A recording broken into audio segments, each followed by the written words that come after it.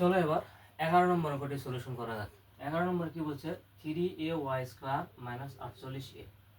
তাহলে এখন লক্ষ্য করো যে এখানে 48 দেওয়া আছে, তাহলে আমরা এমন কোনো সংখ্যার উপর স্কোয়ার করলে 48 পাই না।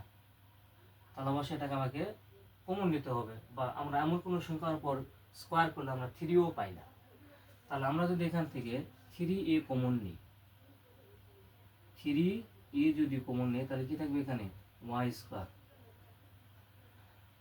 3 দিয়ে যদি আমরা 48 ভাগ দিয়ে দেবো, বা 3-এর সাথে কত গুণ করলে 48 হবে, আমরা জানি 16। 3 × 16 48।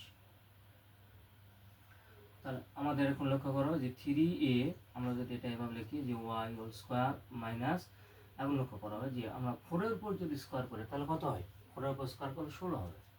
তাহলে আমরা এখানে লিখতে পারি যে 4² সেকেন্ড ব্র্যাকেট দেব 3a। এখন লক্ষ্য করো এটা a² মাইনাস b² এই সূত্র। তাহলে এখানে a বলতে কত y, তাহলে আমরা লিখতে পারি যে y প্লাস 4 y মাইনাস 4। এটা আমাদের অ্যান্সার।